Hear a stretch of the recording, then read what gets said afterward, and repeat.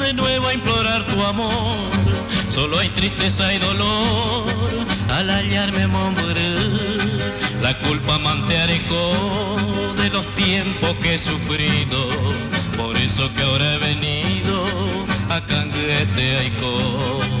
Ani que enderezará que un día este cantor me ha dicho llena de amor,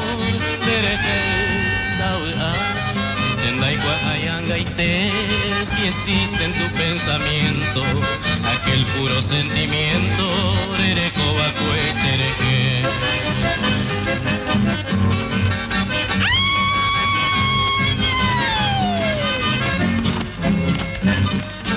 10:38 de la mañana en toda la Argentina, no lo mencionamos todavía, pero hoy es el día del chamamé, en este caso, tiene que ver, bueno, con la sanción de la ley justamente que le da fuerza a todo esto, por eso estábamos escuchando ahí un poquito de, bueno, uno de los temas quizás más reconocidos y que más se toca y se interpreta en la Fiesta Nacional del Chamamé o en algún evento donde un correntino quiere de alguna forma significar un poco qué es el chamamé, te mete un poquito de este famoso kilómetro 11 que, bueno, representa más que nada algo que alguien alguna vez algo sabe cantar, ¿no? Un pedacito, aunque sea, te lo sabes decir, así que por ahí viene un poquito la mano también, alguno lo habrá escuchado más de una vez, ya sea en su forma instrumental o con algo de letra, así que es un poquito la representación, ¿no?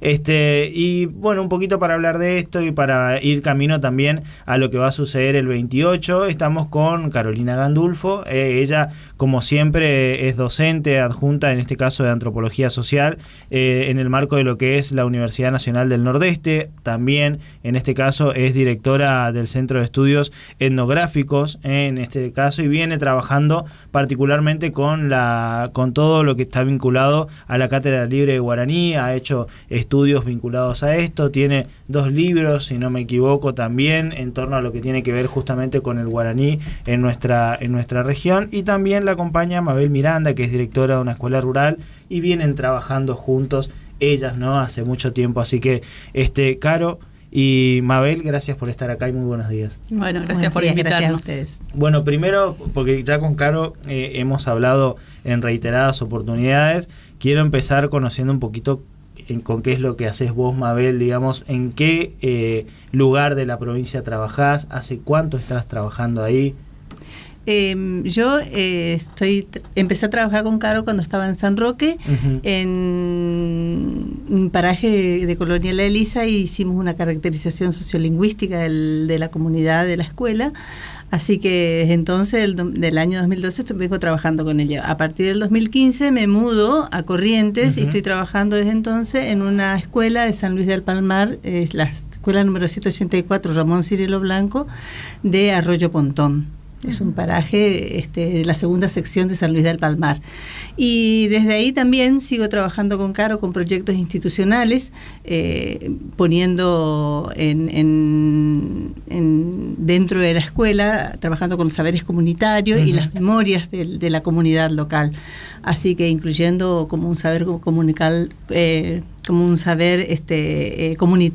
preponderante el guaraní, por supuesto. Hemos trabajado con las hierbas medicinales, con las memorias sobre Malvinas, de un excombatiente, de un caído en Malvinas del paraje, así que... ¿Cómo fue articular el trabajo entre las dos y especialmente el tiempo que por ahí vos estuviste más lejos a la hora de sistematizar la información, que por ahí es lo más complicado de este tipo de procesos? La verdad que... somos muchos, ¿no? Por decir, primero hay que decir que somos muchos en el equipo, no somos solo las dos. Somos muchos y cada uno tiene sus intereses y somos un grupo muy heterogéneo. Uh-huh. La verdad que los proyectos institucionales que nosotros llevamos adelante en la escuela estuvo bajo el asesoramiento de Carolina con su equipo. En ese entonces estaba Flor Conde trabajando con nosotros y estaba en el Instituto Superior de San Roque también. Así que siempre ellos nos asesoran la parte de investigación y nosotros ponemos como la parte didáctica, digamos, de cómo afrontar un proyecto institucional de investigación dentro de la escuela o dentro de la institución, ¿no? Y bueno, y trabajamos con la comunidad. La verdad que es muy fácil, porque fácil en el sentido de que la comunidad siempre se presta. La verdad que no me puedo quejar. En las dos comunidades que estuve tuvimos padres y tutores excelentes que apoyaron nuestros proyectos. El asesoramiento de Caro y su equipo siempre estuvo a la altura de las necesidades de la organización que yo dirigía y de los docentes, ¿no? Porque tampoco sabemos nada de investigación, solo sabemos la parte didáctica. Uh-huh. Pero la verdad que ellas con sus intereses de investigación y yo con mis intereses pedagógicos fuimos entrelazando y complementando. Sí, aparte se arma como un trabajo colectivo en donde todos participan y fundamentalmente, que Mavi lo medio ahora lo da por obvio, ¿no? Pero no es tan obvio, fundamentalmente son los niños los que hacen investigación, ¿no? Es decir, trabajamos juntos e incorporamos a los chicos en los equipos de investigación, que eso no es habitual. Entonces formamos a los chicos, al portero, a los maestros, a quien quiera sumarse, y todos aprenden a hacer investigación, los distintos pasos de la investigación. También la sistematización, que es todo un tema con los chicos, pero bueno, ellos quieren. Yo muchas veces digo, no, lo hacemos nosotros. No, ellos quieren quieren participar, y bueno, ahora ya también diseñamos estrategias para que ellos participen de esos procesos también. ¿Y cuál es el objetivo un poco de esto, de que el proceso se lleve hacia adelante, quizás hasta casi sin que ustedes lo quieran, ¿no? Esto de que los chicos se terminen incorporando netamente a un proceso que quizás los tenía previstos solo hasta una parte y no en la totalidad. Sí. ¿Les cambia en algo en lo que viene? Digo, porque... Yo voy a hablar por mí y mis intereses de investigación. Acá la directora hablará por ella y por su escuela. Yo y mis intereses de investigación y cómo descubrir y poder producir conocimiento respecto a los hablantes de guaraní en Corrientes fue clave incorporar a los niños en los equipos. Porque una cosa es lo que algún poblador me puede responder a mí. Otra cosa es lo que le va a responder a un niño. Entonces, sea que ellos iban y preguntaban. Claro, sí. De hecho, mi investigación ya, la que arranqué en Lomas de González, San Luis del Palmar, 2000, ya hace tanto, 2002, 2003, en esa zona, yo trabajé con 3 nenas de quinto, sexto que fueron claves, y ahí me di cuenta que si yo no sumaba chicos en el equipo de investigación no iba a llegar a muy lejos. ¿Y esto es una cuestión por la desconfianza de alguna manera de la gente o por esto que hablamos siempre, la vergüenza, el estigma? Sí, hay un poco de todo. Yo soy porteña, entonces vamos a decir, no soy porteña, no nací en capital, no importa, pero mi tonada me hace ajena a situaciones de, por ejemplo, un paraje rural. En este caso estamos hablando del guaraní 20 años atrás, es el guaraní hoy, y lo que podemos conversar acerca del guaraní hoy, y era muy difícil que un niño hablante de guaraní me respondiera, e incluso, no voy a decir solo yo, le respondiera a una maestra diciéndole que efectivamente hablaban guaraní. Optan por la mudez, ¿no? Ya sabemos, los niños calladitos del campo, como si nuestros niños fueran callados, cosa que no son. Pero bueno, es más larga la historia, pero lo que quiero decir es que incorporarlos a ellos para mí en la investigación fue clave. En todo lo que sabemos hoy en Corrientes sobre los procesos de transmisión lingüística del guaraní, fue clave incorporar a los chicos en los procesos de investigación. Aparte divertido, un montón de cosas. Pero mi compañera, directora de escuela, tiene sus propios objetivos. Sí, la verdad que obviamente que mis objetivos eran pedagógicos en su momento, y un proyecto que cambie la dinámica de la escuela, que no sea enseñar dentro del aula, que incluya a la comunidad, que los chicos tengan nuevas tareas como investigar, aprender a usar un grabador, aprender a usar una cámara, hacer una entrevista. Son todos aprendizajes que el chico tiene que saber en la escuela primaria. Hacer una bibliografía, analizar una información, son cosas que el chico tiene que hacer, y nosotros hicimos el proyecto de investigación, y cuando a fin de años hicimos una lista de los contenidos, resulta que aparecieron contenidos de todas las áreas, aparecieron contenidos que ni los maestros se imaginaban o planificaron desarrollar. Además, cambia la dinámica de la escuela, los chicos se entusiasman, no faltan nunca, no tenemos inasistencia cuando aparecen estos proyectos. Pensaba en el rol que tiene la escuela en zonas rurales, parajes, por ahí, que es justamente no solo de la escuela, sino del docente, el director, que en muchos casos es personal único, está a cargo de muchos cursos, y se genera ese sentido de pertenencia, con este tipo de proyectos, eso se potencia todavía más. Totalmente, y los padres se incorporan a trabajar con los chicos. Imagínate, como decía Caro, difícilmente a nosotros nos respondan algunas preguntas la comunidad que a los chicos, porque los chicos están trabajando, tienen una tarea y ellos tienen que responder, y tienen que ser sinceros. Además, algo muy importante para mí, en la experiencia que tengo desde el 2012 que vengo trabajando, el guaraní aparece. O sea, nunca estuvo el guaraní antes. Si con estos proyectos aparece y empieza a fluir y empieza a ser parte de la escuela, a formar parte de las charlas, a formar parte de los recreos, y todos los maestros terminan identificándose con los hablantes de guaraní, digamos, con un pasado, con su abuela, con su tía, con su madre. La verdad que se habilita, digamos, y pasa a formar parte. O sea, vos hace 12 años, cuando llegaste a la escuela, no veías que se hable guaraní, que la gente, no estaba presente ni en los recreos ni entre los chicos. No, encima me querían echar, me decían, no, Caro, andate nomás. Viste que en el campo te dicen, no, acá no, andate nomás al paraje al lado, digamos. Entonces me decían, andate nomás, en Murucuyá, seguro que sí. Me decían, por ahí te vas a General Paz, mejor. Pero era como, no te quedes acá porque tu investigación va a salir mal. En realidad, cuando ella me propone, le digo yo, en mi escuela no existe el guaraní, no hay hablante de guaraní, pero bueno, sí, a mí me interesaba el proyecto en realidad, como proyecto institucional, las actividades pedagógicas, digamos, me interesaba más que nada eso, pero al final resultó el guaraní ser una puerta para un montón de actividades en la escuela. O sea que ¿Y cuánto tiempo fue ese proceso de decir, no, acá no hay, hasta empezar a descubrir que, hay algo? 2011... yo fui por primera vez, fin de 2011, primera vez a hablar con los maestros. Y en el 12 empezamos y trabajamos todo el 12, todo el 13. Incluso después, en el 14 y 15, hicimos unos proyectos sobre la historia institucional, porque empezaron a decir, pero ¿cómo era? Pensábamos que no había guaraní. Hay guaraní. ¿Qué pasó en la historia? Entonces nos pidieron hacer algo sobre la historia institucional, de qué había pasado en ese paraje y en esa escuela en el tiempo.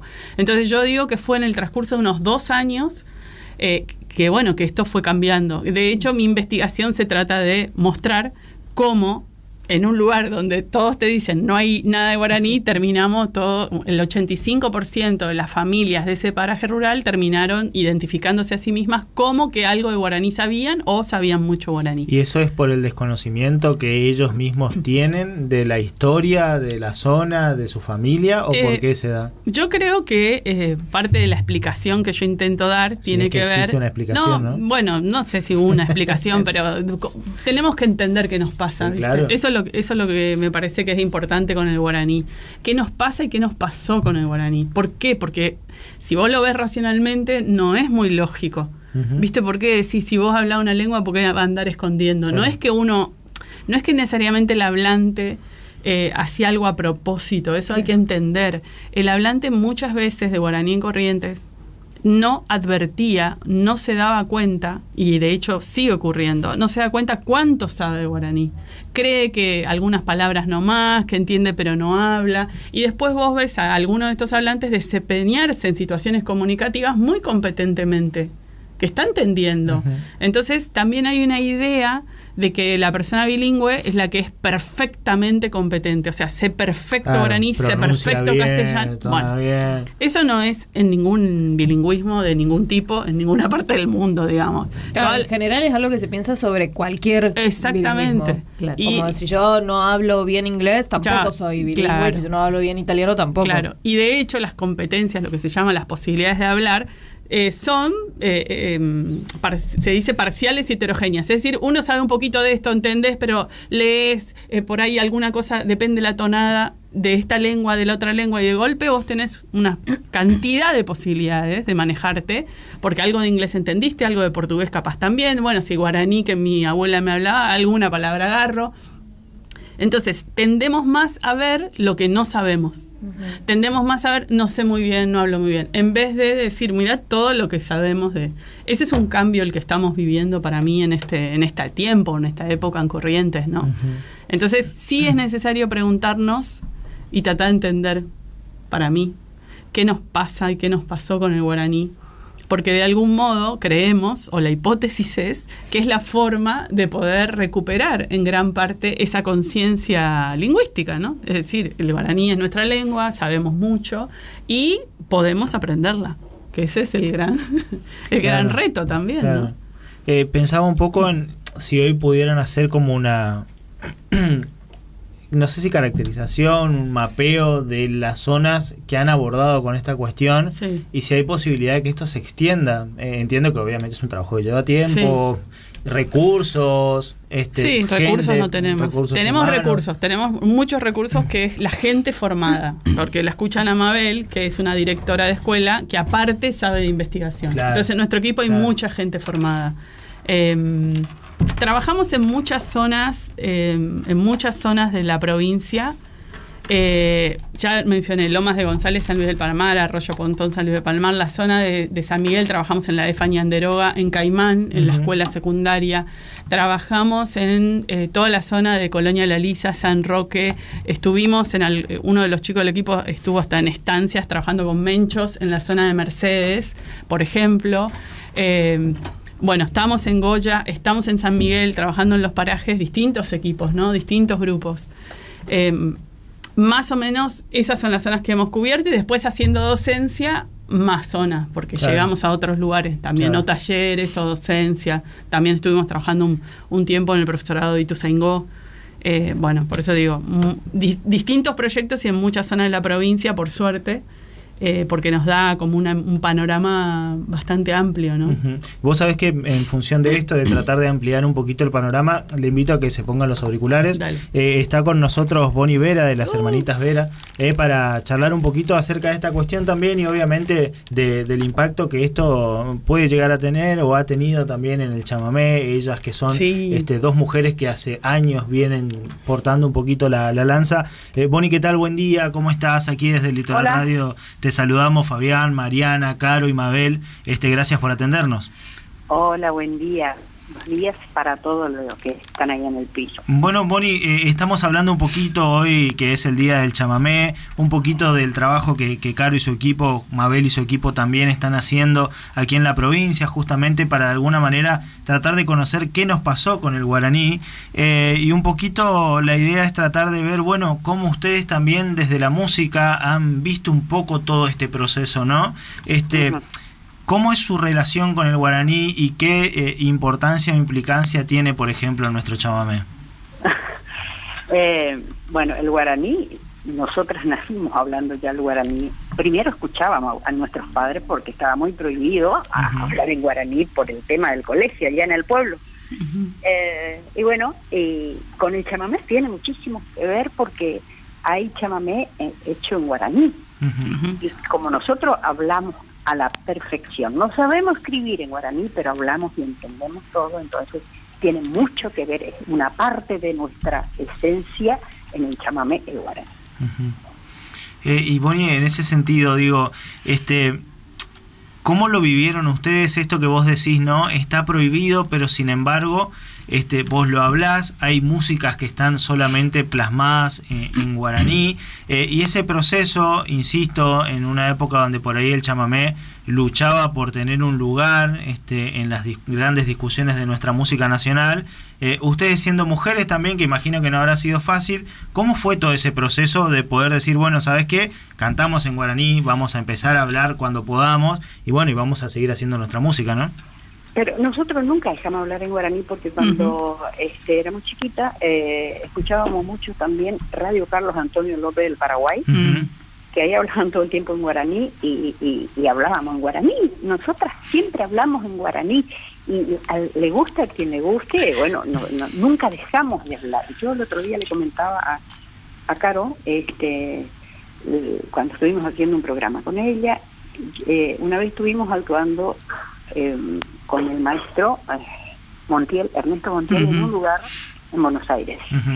Y nos encontramos así, nosotros estábamos hablando, y él pasó, escuchó que estábamos hablando en guaraní, y se acerca y nos dice, qué maravilla, nunca dejen de hablar el guaraní, porque con Rafa, estando solas las dos, hablamos en guaraní, y tratamos de que nuestros hijos también vayan aprendiendo. Mi hijo entiende todo, pero le cuesta pronunciar. Claro.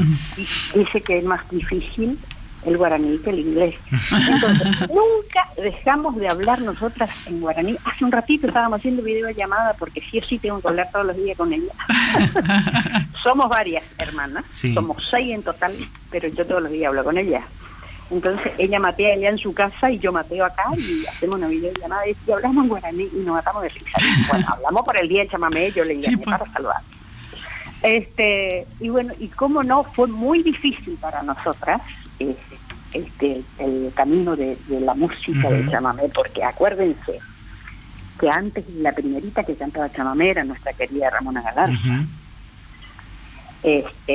Por suerte, no una mujer, y después había otras mujeres, hubo por ejemplo las hermanas Díaz, que llegó a cantar con el maestro Coco Marola, hicieron no sé si 2 o 3 discos, muy bonito cantaban, tal vez sí que nosotras le veíamos a ella cantar en mi pueblo con Coco Marola y bueno, yo le decía a Rafaela, yo quiero ser como esa, la rubia, por eso soy rubia, nací rubia. Qué genio. Entonces, veíamos cómo cantaban y la teníamos re clara lo que era el chamamé. Y gracias a estos grandes músicos, y que tuvimos el gusto y una bendición de conocerle a Coco Marola, cantar con Coco Marola, cantar con Montiel en un escenario compartir, hacer una gira con Don Isaco Diol. A ver, ¿quién te puedo decir? Bueno, Los Barrios, Úbeda Chávez y todo el resto, pero los grosos estuvieron con nosotros, estuvimos a la par de ellos, ¿entendés? O sea, yo a veces miro la foto, tenemos fotos con Coco Marola, justamente hoy decía mi marido, alguien subió una foto donde estamos nosotras con Coco, ¿no? Y digo, ¡güey! ¡Qué bárbaro! Es un sueño para mí, es como que bueno, porque no todos tuvieron el gusto de conocer la Coco Marola como nosotras y cantar con él, fue maravilloso. Y bueno, volviendo al tema de lo difícil que fue, nosotras siempre teníamos, vamos a seguir, vamos a hacer. Como Rafa es mayor que yo, ella me llevaba, ¿no? Bueno, y tenemos que hacer eso. Y yo le decía, ay, Rafa, que viste que... No, vamos a hacer. Entonces, eso yo aprendí de ella, y las dos tiraban parejo. Y tal es así que pasó 55 años que estamos vigentes con la música, nuestro querido chamamé. Bonnie, el chamamé ha recorrido un camino que no sé si hasta incluso uno pensaba que podría llegar a recorrer, lo solemos discutir mucho, ¿qué le queda al chamamé? ¿Qué nos queda a nosotros como correntinos, como entiendo yo también representantes, quieras o no? Siempre alguien te va a pedir un zapucay, un recitado, un versito, un cantito, algo en algún lugar. ¿Cuáles son los desafíos que tenemos por delante, entendiendo todo lo que el chamamé ha conseguido en estos últimos años? Mira, quédense tranquilos que hay muchísima juventud chamamecera. Eso es lo bueno. Acá en Corrientes hay un montón de buenos músicos, hombres jóvenes y chicas jóvenes. Así que hay chamamé para rato. Y con todo esto que ahora, porque ahora está de moda el chamamé, antes era muy difícil. Y ahora con toda la tecnología y tener personas que defienda, en este caso el guaraní, como Caro y toda su gente, sus alumnos y todos, eso para nosotros es muy bueno, es muy importante porque hay personas, Carolina siendo porteña, defiende el guaraní, y como no, nuestra música. Entonces gente así, de esta magnitud, es muy valioso para nosotros.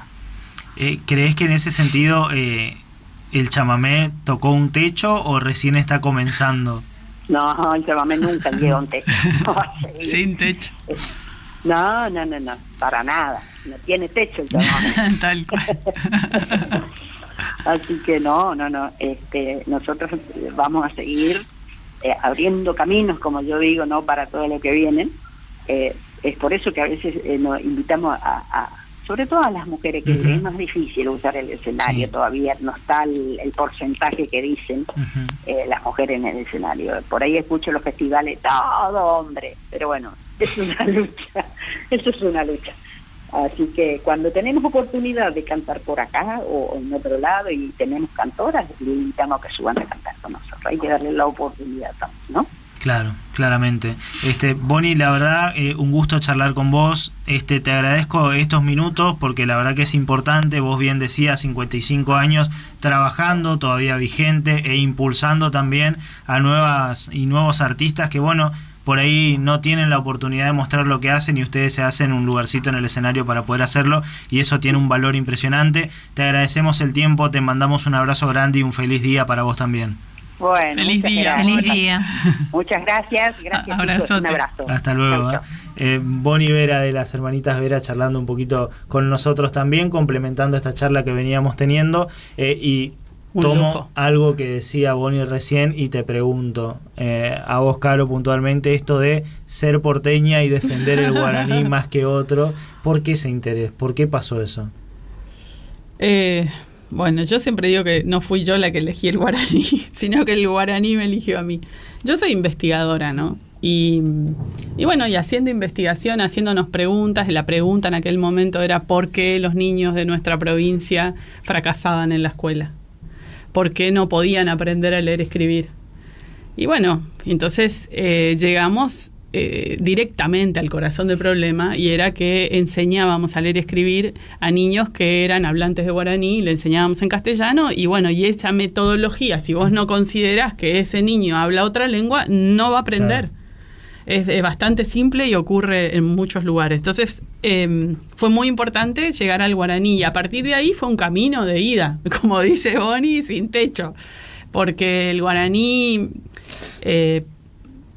bueno, es algo tan importante para la gente con la que yo trabajo, con la que convivo, mis amigos, y para mí también, ¿no? Hoy por hoy, y incluso me cuestiono por qué debería ser solo de los correntinos el guaraní, ¿no? Y lo digo yo en primera persona, claro, que estoy tratando de añeva, iba, inte, pero le meto, digamos. Pero vos sentís que el correntino o los correntinos le damos el valor que tendría que tener el guaraní, que eso ha ido cambiando en estos últimos años.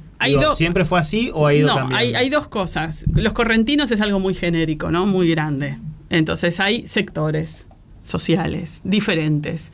Hay quienes en la historia les interesó mucho que la gente, bueno, sea sumisa, por decirlo así, y con eso digo todo y cada quien entiende.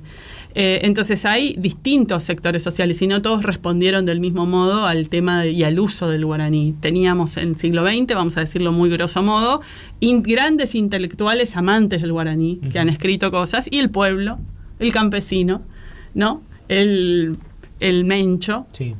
Ahí había guaraní. Y en el medio teníamos esas clases medias que pretendían erradicar el guaraní. No lo lograron, no se pudo. Y quiero retomar algo de las hermanas Vera y del chamamé, pero de las hermanas Vera en particular.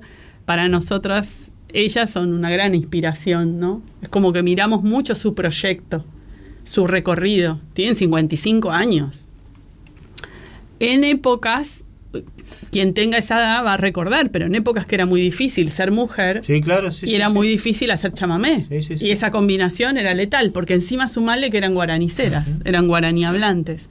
Entonces, es impresionante lo que lograron ellas. Entonces, por eso decimos que es una inspiración. Y hay algo que para mí, ella, su proyecto, el chamamé, el guaraní, comparten que surge la investigación nuestra, que es la idea de la persistencia. Nosotros cada vez más estamos tratando de entender esa idea que es cómo persistió, porque tuvo todo en contra, ¿no? Y acá el chamamé y el guaraní, como decía recién ahí, es un solo corazón, porque comparten muchas de estas características, porque es la misma gente.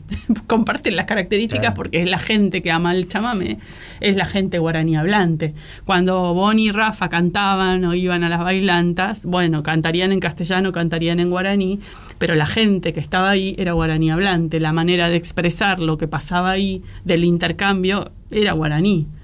En el lugar donde habitualmente eso no se veía. Hay que tener imaginación histórica, etnográfica, para reconstruir esas bailantas o esos lugares del chamamé, ese mundo, ¿no? Como dicen, del chamamé.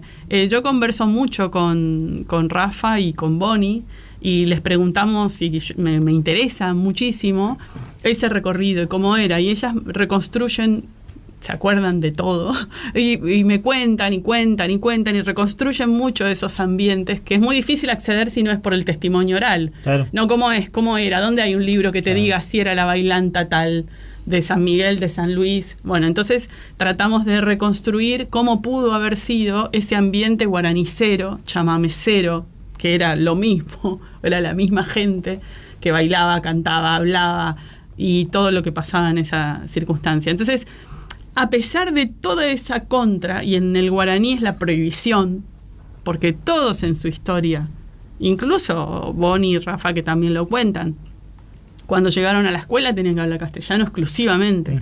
Todos en su historia, o los papás te decían, bueno, no hables tanto guaraní porque después llegas a la escuela y no vas a poder aprender, se te traba la lengua. Miles de historias que escuché a lo largo de más de 20 años y sigo escuchando. Aún así, el guaraní persistió. Y eso es muy llamativo. Para una investigadora más. Yo lo disfruto porque vivo acá y bueno, claro, trato de conversar, a escuchar. No sé, voy a contar una. El martes estuve en Riachuelito, Erlisca, escuela 504, con las maestras de ahí, Mercedes Ojeda, Romina Aguirre, fui con Olga Soto, los niños.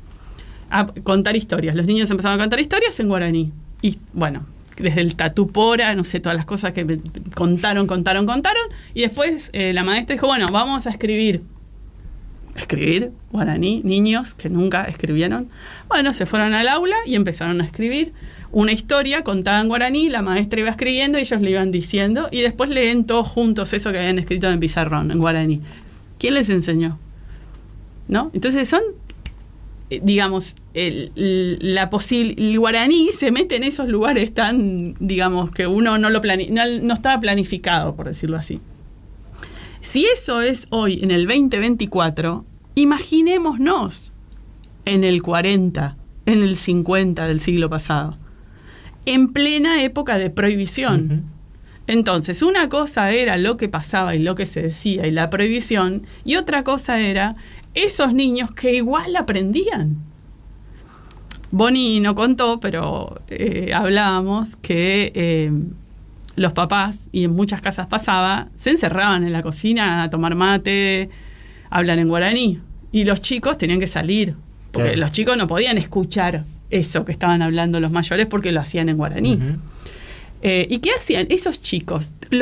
Esos chicos son estas mujeres de 50, 60, 70. ¿Qué hacían? Se iban ahí atrás de la puerta a escuchar, porque desesperadamente querían entender qué decían y escuchar. Mucha gente de esta edad te dice que aprendió guaraní escuchando, que nadie le enseñó. Aprendió guaraní escuchando. Alguien que te dice que aprende una lengua escuchando es alguien que desea fervientemente aprender esa lengua. Porque vos, cualquiera de nosotros, piénselo en su casa. ¿Cómo aprendió castellano? Ni sabe ni se acuerda. Aprendió simplemente porque alguien le hablaba, tenías que hablar, finalmente aprendiste. Ahora, si vos le preguntas a alguien cómo aprendió guaraní, todos tienen algo para contarte, describirte, porque hay una decisión, hay deliberación en el aprendizaje guaraní. Y yo creo, y eso es un poco parte de mi investigación, pero creo que esa deliberación tiene que ver con la persistencia del guaraní. Porque aunque hoy uno le pregunte a alguien y dice, bueno, no sé, no me acuerdo, no sé muy bien, Preguntale cómo aprendió y se acuerda. Y sí, y estaba del camino de la casa a la escuela. Estaban con los primos, estaban con los amigos, todo guaraní. Salía del aula, se iban a jugar al fútbol, todo guaraní. Se iban al monte a cazar, a no sé qué, todo guaraní. Había sobremesa en la casa, los niños tenían que salir, todos atrás de la puerta escuchando el guaraní. Los papás se iban a la chacra y todos atrás para escuchar el guaraní. Bueno, tenemos guaraní hoy, 2024, a pesar de todo. Tal vez el camino del chamamé es un muy buen camino para pensar que el guaraní puede seguir por ese camino, en el sentido de la visibilización, de la legitimidad, del reconocimiento, de la promoción, porque el chamamé también está donde está, porque se puso mucha decisión para que también esté donde está. Sí. ¿No? Entonces, bueno, el guaraní hoy está a 20 años de haberse sancionado como oficial en la provincia. En el 28, ya estamos poquito, el 28 de septiembre del 2004 se sancionó la ley que oficializó el guaraní en nuestra provincia. Pasaron muchas cosas, cambió mucho todo. Esta conversación 20 años atrás no era posible de este modo. En la radio nadie se le ocurría que era un tema para hablar. Pasaron 20 años, pasaron muchas cosas. Te estoy diciendo, voy al campo y los niños escriben en guaraní en pizarrón como si nada. Este año la universidad creó una cátedra libre, histórico. La universidad haciéndose cargo del guaraní. No está en la historia de la universidad. Esto no existe. No existía. De hecho, cuando yo entré a la universidad en el año 2010, era raro la investigación que yo hacía, el modo que la encaraba. No era algo... El que quería estudiar eso, ¿qué era eso? Bueno, ahora somos un equipo, no sé, 20, 30 personas, de jóvenes sobre todo, y maestras de este tipo, que estamos... O sea, es más habitual tener esta conversación.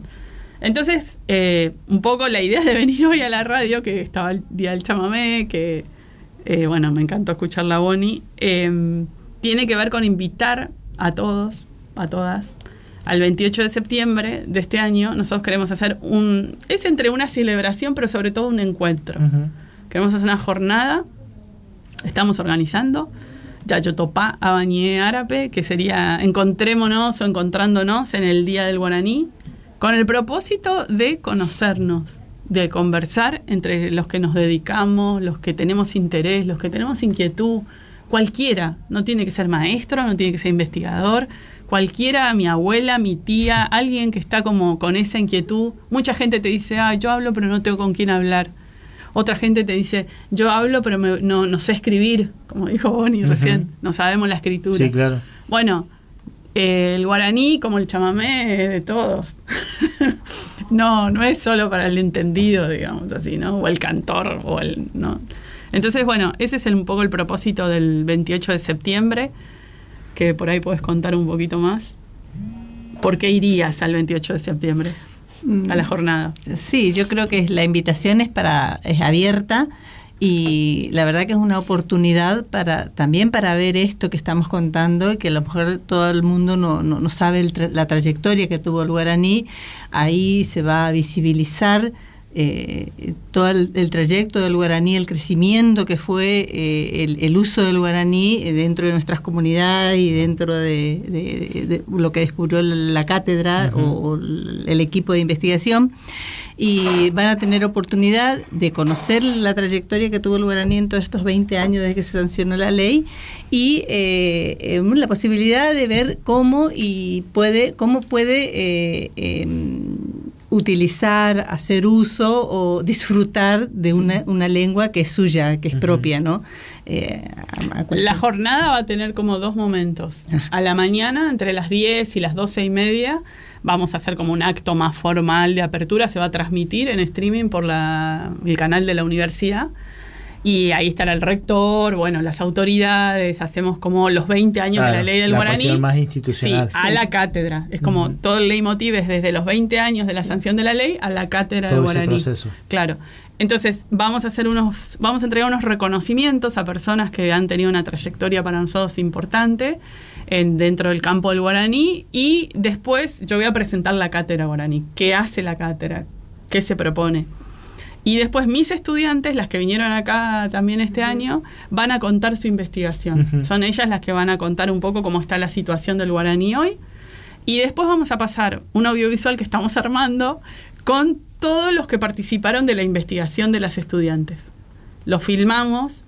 Esas más Bonnie de 50 y Rafa, entrevistas van a estar plasmadas ahí de alguna manera. 38. Consulta de producción, ¿mucho humito sale ahí? Terrible.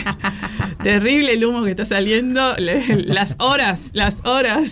Pero bueno, todos quisieron participar, todos quieren participar. Eso es una cosa hermosa que está pasando. Todo el mundo se quiere sumar, sí queremos estar, sí queremos ir. Y bueno, y sí queremos estar en el audiovisual, que lo está compilando Joaquín Pedretti, que también hoy Joaquín está, es muy importante esto para todos nosotros, está, no sé cómo se dice, estrenando su película en Paraguay, Una sola primavera, que lo tengo que contar porque yo hubiera querido que esté el 28 la película y no se pudo. Va a estar pronto en Corrientes, en Argentina. Es una película bilingüe. Es muy importante porque es producción nuestra, producción regional, en guaraní y en castellano, ¿no? Es muy hermosa la película y hoy se está estrenando. Joaquín siempre trabajó mucho, por ejemplo, de esta cuestión de entre Paraguay y Argentina, sí. Siempre trabajó en él lugares. Es parte del equipo de la cátedra guaraní y nos está ayudando con las estudiantes a compilar este audiovisual. Y después hacemos un receso y viene la siesta, el chapuité y nuestra tarde. Es el corazón de esa jornada. ¿Por qué? Porque vamos a hacer rondas de mate, rondas de intercambio. Vamos a charlar en guaraní y sobre el guaraní. No hay exposiciones, paneles, conferencias, no. La idea, por eso estamos invitando a todo el mundo, ¿no? Que la idea es juntarse a la siesta a conversar. Nosotros de la investigación surge algo, que es como un diagnóstico. Hay mucha gente trabajando en el guaraní en Corrientes, mucha gente interesada, en distintos pueblos. Esa gente capaz sabe lo que hace la gente del pueblo al lado. No es que no se conoce. Pero ¿sabes qué? Nunca se sentaron en una misma mesa a charlar. Claro. ¿Cómo haces vos? ¿Cómo hiciste? ¿Qué pasa en tu pueblo? ¿Cómo lo hacemos? Eso nunca se puso a común, digamos, a discusión. Entonces, por eso nosotros estamos proponiendo esto. Que la gente que venga, que se vaya habiendo dado su palabra, compartido algo de lo suyo y escuchado algo nuevo de alguien que conocía pero que nunca lo había escuchado, nunca se sentó a conversar. Ay, ¿cómo se escribe? ¿Cómo se dice? ¿Cómo enseñás? ¿Cómo haríamos? Yo quiero hablar y no tengo con quién. Ese tipo, la prohibición, mi familia, esas conversaciones. A eso le llamamos mateadas. Claro, sí. En o sobre el guaraní, los hemos estado haciendo en Cacatí, en Virasoro, en distintos lugares de la provincia, invitando a esta jornada. Entonces va a ser prolongada la siesta. O sea, esto desde las 2:30 a las 6 de la tarde es charla y mate. Vamos a organizarnos. Sí, claro. Creo que vamos a hacer muchos, que es mi única preocupación. Va a tener que haber mucha agua caliente. Mucha agua caliente. Vamos a ver si llevamos más chipá, claro. No como hoy.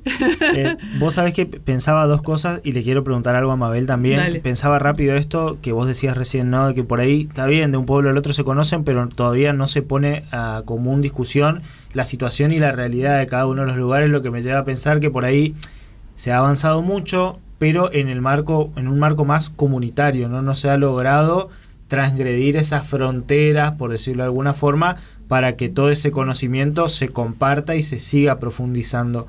Ese es un poquito el desafío y es lo que están tratando de romper con este tipo de situaciones, ¿no? Uh-huh. Y Mabel, me interesa preguntarte si ese cambio del que estamos hablando por ahí, por ejemplo, vos lo notás en las escuelas. Digo, no solo el cambio en el guaraní, sino que hoy quizás la escuela rural pasa a tener otro lugar, pasa a tener otra responsabilidad. Antes, y lo hemos hablado mucho también, el docente que por ahí encuentra en la ruralidad su primer trabajo, tenía como barrera el guaraní en la mayoría de los casos, y hoy eso puede que ya no pase, o pase cada vez menos, sean los pocos. ¿Cuál es el rol que hoy pasa a desempeñar una escuela rural entendiendo todo el trabajo que están realizando? A mí me parece, voy a confesar que soy monolingüe castellano, no sé guaraní, pero sí me parece muy importante retomar ese saber que tiene la gente porque le cambia la actitud a la gente. le cambia le cambia la responsabilidad que tiene con esto, con ese saber que tienen, de conservarlo, de poder difundirlo, de poder expresarlo, darle la oportunidad a la gente para que se manifieste como guaraní hablante. Es lo más lindo que yo he visto en las escuelas, porque les cambia la cara, les cambia la actitud, sinceramente, cambia por eso es que cambia la dinámica de la escuela. Aprenden saben que tiene un valor, siempre lo supieron, pero que alguien lo valore de afuera, que la escuela valore, que esté en la escuela, que lo traigamos a la escuela y que forme parte, porque bueno, forma parte de la comunidad, ¿por qué no de la escuela también? Entonces, es algo que se viene a incorporar en la escuela, que no estaba visibilizado, pero en realidad no estaba visibilizado, pero es como que la gente entiende que alguien está valorando ese saber que tienen y que tuvieron toda la vida. Y el docente también aprende a valorar la cultura de Corrientes, o aprende a que el guaraní forma parte indefectiblemente de las comunidades y que es una herramienta, más que nada, para enseñar y una herramienta para sacar adelante a los alumnos. No podemos dejar de lado el guaraní, puesto que incide dentro del aprendizaje o incide en todo el proceso de formación del niño, y que no puedes llegar a la escuela secundaria no tomándolo como una herramienta o como un saber cultural que tiene un valor indiscutible, ¿no? Ahí te consulto también, y entiendo que vamos camino a eso, e incluso se han dado pasos que yo considero importantes. Yo siempre pensé y me pregunté, yo no hablo, entiendo que lo uso en la cotidianidad, hasta casi sin saber lo que estoy haciendo. Exacto. Pero siempre me pregunté por qué nunca se enseñaba un guaraní en las escuelas, en la formación primaria, secundaria, así como uno tiene inglés, portugués, italiano, ¿por qué no tenías guaraní aunque sea un año? Y entiendo que vamos camino a eso con el profesorado, con la gente que hoy se está capacitando y que va a capacitar a otros docentes para que esos docentes puedan empezar a desarrollar esto. Pero ¿creen que en un mediano plazo eso se puede llegar a plasmar? Que el guaraní pueda romper finalmente la barrera de la ruralidad. Entiendo que en la capital y en las grandes ciudades hay gente que lo habla, pero digo, que pueda tener esa masividad de que vamos a una escuela y nos podemos asentar una vez por semana por lo menos a tomar clases. Sí, para mí se puede. El tema es que hay que tomar decisiones. Exacto. Pero yo creo que se puede, y que hay, en lo que yo confío, es lo que veo, lo que surge de mi investigación, es como un movimiento, un cambio social, un posicionamiento de cambio muy fuerte. Eso es muy impactante, porque hay como un movimiento que vos no sabés a dónde va a llegar. Creo yo sí que necesitamos imaginar más. Eso sí creo que está en construcción, que lo veo tímido todavía, que es decir, ¿cómo imaginás un futuro bilingüe para tu provincia? ¿Cómo imaginás una escuela bilingüe para Corrientes? No una escuela que enseñe guaraní, una escuela bilingüe. Porque el tema del guaraní, cuando vos ves a los niños hablantes o las personas hablantes, quien hablan guaraní, piensan guaraní.